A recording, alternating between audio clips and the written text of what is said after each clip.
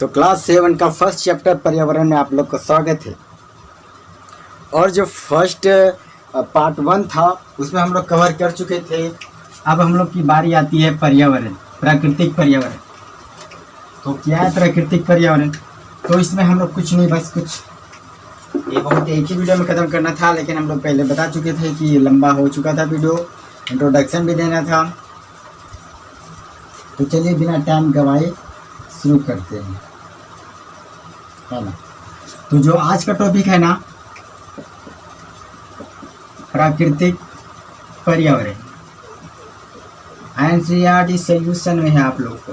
NCERT नहीं, झारखंड का जो भी बच्चा होगा ना उससे मिलेगा, बट थोड़ा थोड़ा, बिकॉज थोड़ा सा झारखंड में थोड़ा सा सिलेबस चेंज है। तो प्राकृतिक पर्यावरण में जैसे कि क्या होता है ना, पर्यावरण तो है ही प्राकृतिक, ऐसी कोई चीज़ नहीं, इसको कोई बनाया नहीं है। जिसको संतुलित रखने का काम हम लोग करते हैं, सभी सजीव करते हैं, ठीक है ना। तो चलिए, तो पहला नंबर कुछ नॉलेज है जिसे कि जानना बहुत ज़रूरी है, जिसे पृथ्वी के बारे में हम लोग जान लेते हैं। ये पृथ्वी है। पृथ्वी तो पूरा गोलाकार नहीं होता है, थोड़ा सा उत्तरी ध्रुव और दक्षिणी ध्रुव में चपटी होता है। तो मैं यहाँ थोड़ा सा चपटी कर देता हूँ, ठीक है ना, नॉर्थ और साउथ, राइट। तो मंडल कितने प्रकार के होते हैं? अगर बात करूं मैं मंडल का, तो फर्स्ट मंडल का बात कर रहा हूँ। मुझे ये भी देखना है कैमरा में कवर आया नहीं, तो मैं मंडल की बात कर रहा हूँ, ठीक है ना।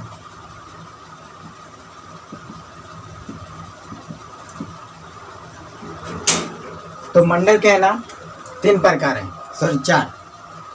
अब 4 प्रकार से भी ले सकते हैं, स्थल मंडल, जल मंडल और जैव मंडल। स्थल मंडल क्या है, जैव मंडल क्या है और वायुमंडल क्या है, ये दोनों टॉपिक पर बात करते हैं। तो मैं यहाँ लिख देता हूँ एक बार, ठीक है ना। स्थल मंडल, जैव मंडल, इसको मैं बात करूँगा। स्थल मंडल, जल मंडल, वायुमंडल, और लास्ट में आप जाएगा जैव मंडल। 4 प्रकार के।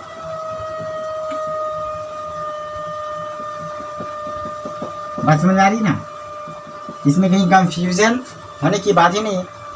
तो मंडल कितने होते हैं? फर्स्ट स्थल मंडल, जल मंडल, वायुमंडल और जैव मंडल।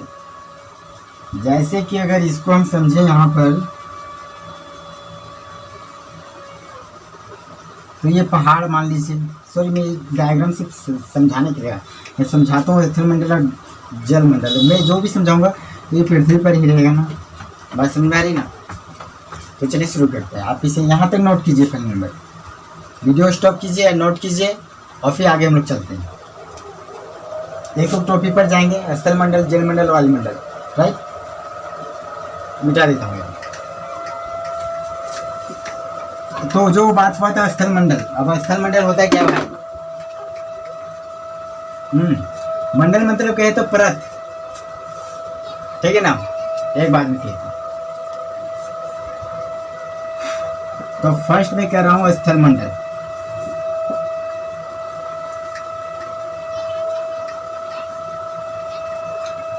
तो स्थल मंडल किसे कहते हैं? बात समझ में आ रही है? स्थल मंडल क्या होता है एक्चुअली?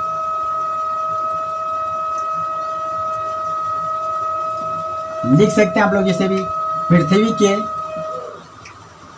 कठोर भाग को या ठोस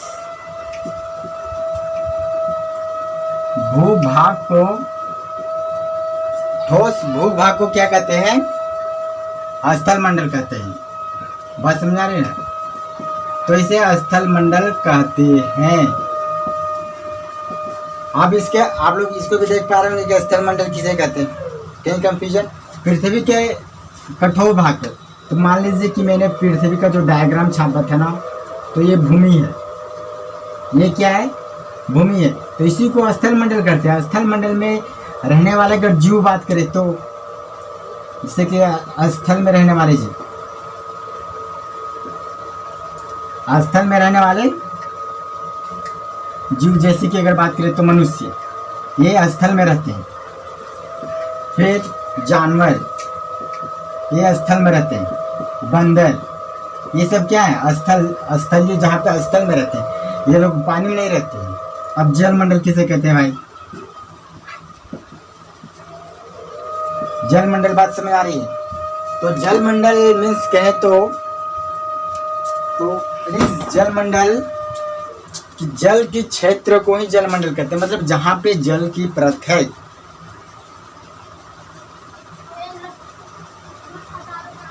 ठीक है ना?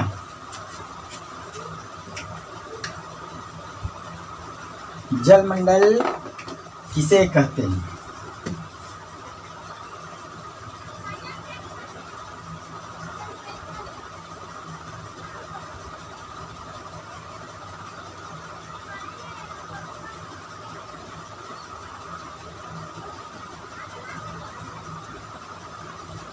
तो जल क्षेत्र को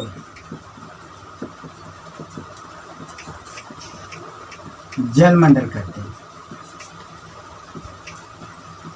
आप भूमि क्षेत्र को भी भूमि मंडल कहते हैं, आप इस तरह भी बोल सकते हैं। तो जल क्षेत्र को जलमंडल कहते हैं। इसमें जीव कौन कौन से हो सकते हैं? पहला में तो मछली, खास तौर पर मछली इत्यादि में अगर आप जानते हो तो लिख लीजिए। ये जलमंडल के अंतर्गत, मतलब जल के क्षेत्र को जहाँ पे अधिक संख्या में जल पाया जाता है। भूमि की बात मैं नहीं कर रहा हूँ, सिर्फ जल की। तो जहाँ पे जल अधिक मात्रा में पाया जाता है उसी को जलमंडल कहते हैं।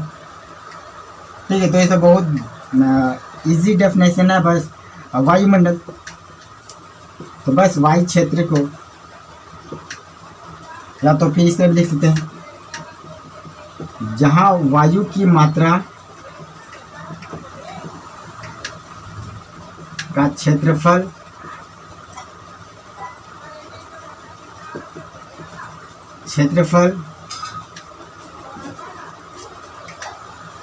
को वायुमंडल कहते हैं।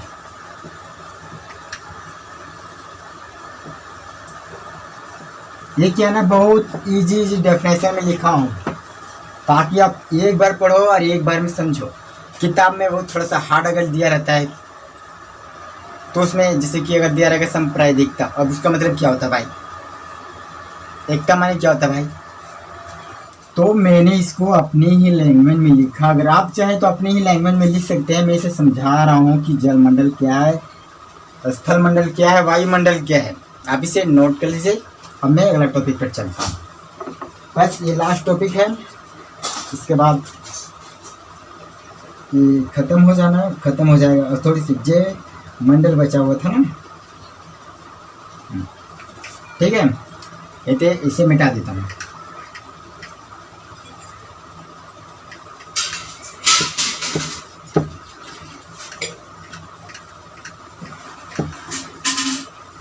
अब मैं चलता हूँ जय मंडल की बात कर रहा हूँ भाई। तो जय मंडल में क्या होते हैं जरा सोचिए। जय मंडल में क्या होता होगा?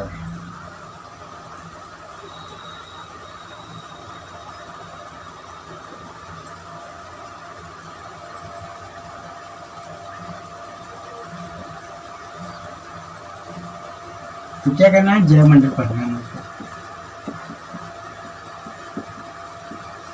इसके बाद में हम पढ़ेंगे परितांत्रिका। मीन्स परितंत्रिका मतलब क्या होता है?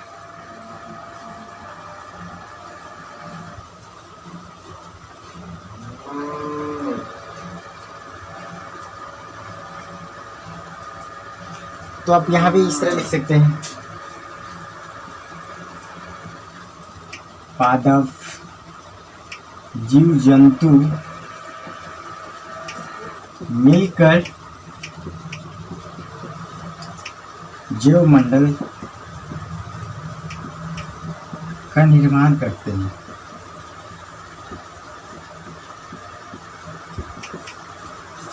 क्योंकि अगर स्थल मंडल में क्या है, तो भूमि के बारे में पढ़े थे ना। जैव मतलब जीव, मंडल मतलब परत, जहाँ पे जीव जंतु रहते हैं। सिंपल सी बात है। स्थल मंडल जल, जल मंडल तो जल और परत, जहाँ पे जल की अधिक स्रोत है उसे जल मंडल कहते हैं।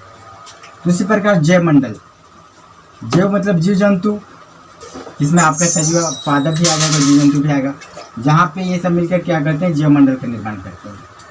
बात समझ में आ गई।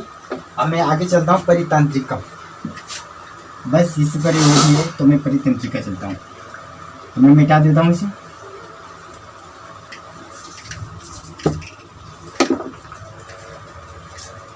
तो आगे भी क्या है, परितंत्रिका के बारे में बताना है।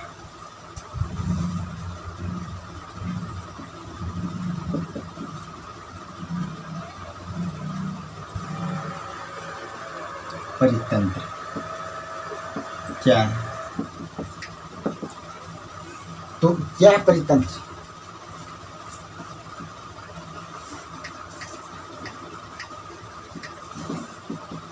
वे मंडल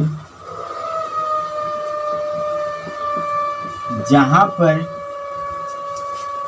आपस में सभी सजीव मिलकर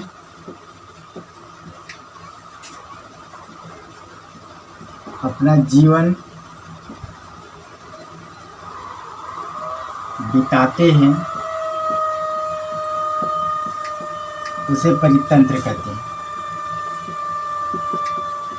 बात समझा रही? तो उसे क्या कहते हैं, परितंत्र कहते हैं।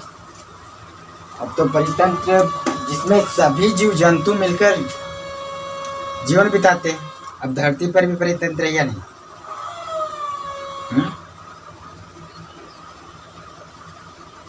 अर्थ पर भी परितंत्र है, क्योंकि यहाँ पर सभी प्रकार के जीव जंतु मिलकर अपना जीवन व्यतीत करते हैं। और क्या होता है यहाँ पर कि सभी एक दूसरे पर निर्भर होते हैं। जैसे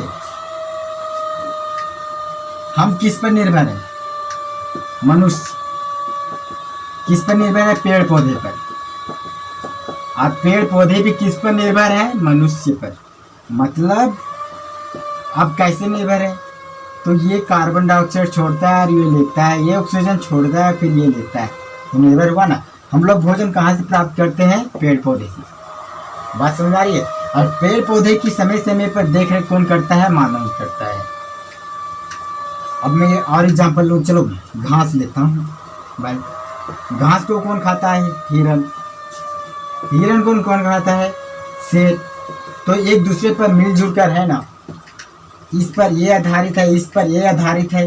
हम लोग किस पर आधारित, कभी कभी हम मांसाहारी के अंतर्गत भी आ सकते हैं, सर्वाहारी जिसे कहते हैं, दोनों चीज सेवन करते हैं। तो यहाँ पता चल रहा है कि हिरन घास को कौन खाता है, हिरन। और हिरन कौन कौन खाता है, शेर खाता है। तो परितंत्र में सभी लोग मिलजुल कर रहते हैं और एक दूसरे पर निर्भर भी रहते हैं। ऐसा नहीं कि वो अपना भोजन, एक दूसरे पर भले ही थोड़ा लेकिन निर्भर रहते हैं ताकि उनका जीवन व्यतीत हो। तो ये परितंत्र भी छोटा टॉपिक था। अब मैं चलता हूँ मानवीय विकास, सॉरी अगला टॉपिक है। अब मैं थोड़ा सा देख लेता हूँ अगला टॉपिक कौन सा है, मानवीय पर्यावरण। तो ये इजी है, बस ये समझ आए, इसे नोट कर लीजिए। मैं इसे मिटा देता हूँ। अब होता है मानवीय पर्यावरण।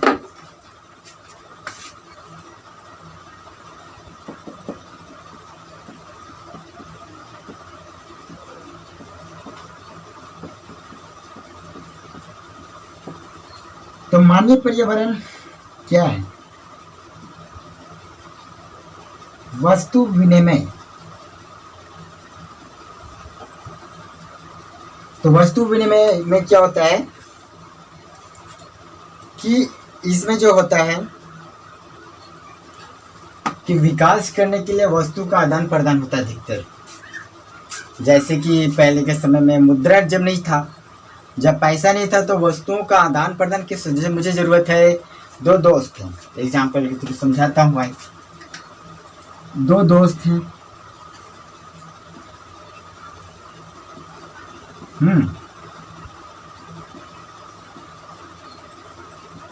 एक टिंकू है, एक मिंकू है। अब इसके पास है चावल भाई, इसके पास है गेहूं। अब इसको चाहिए चावल और इसको भी चाहिए गेहूं। तो क्या करेगा, आदान प्रदान कर लेगा, बोलेगा चावल ले लो भाई, गेहूँ दे दो। अब 9 में आएंगे तो 10 में आएंगे तो ये भी पढ़ेंगे, सॉरी 9 में आएंगे तो ये भी पढ़ेंगे कि ये है जिसमें क्या बोला है बुझो, कि तुम मुझे चावल दो मैं तुम्हें जूता दूंगा। तो उसे ज़रूरत थी चावल का, मतलब कोई भी वस्तु बदले में दिया जाता है, बदले में कोई भी वस्तु दिया जाता है, उसी को वस्तु विनिमय कहते हैं। और फिर स्तरीय विकास में क्या होता है कि वैसा विकास होना चाहिए हमारे पर्यावरण में, वैसा विकास करना चाहिए जिससे हमारा पर्यावरण सुरक्षित रहे और फिर हम विकसित हो जाएं।